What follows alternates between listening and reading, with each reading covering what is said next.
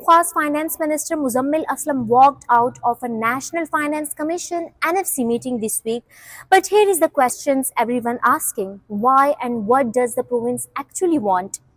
The short answer is money, but it's more complicated than that. Since the merger of the former federally administrated tribal areas FATA with Khyber Pakhtunkhwa, the province has taken on massive new responsibilities. Security, policing, infrastructure, and development in the merged district are now on Khyber Pakhtunkhwa's shoulder. But according to KP official, the federal government has not adjusted the province's financial share to reflect this reality. Here is how the numbers break down under the 7th NFC award in 2009. Khyber Pakhtunkhwa share was set at around 14.6%, that was before the tribal areas were merged. Now with the merged district included, Khyber Pakhtunkhwa official argue their rightful share should be over 16.7%. They want the population, poverty levels and area of the merged district to be factored into the formula.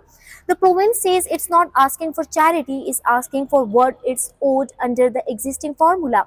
When Khyber Pakhtunkhwa presented this position in the NFC meeting, it faced strong opposition. According to Aslam, the province's demand was rejected, so they walked out.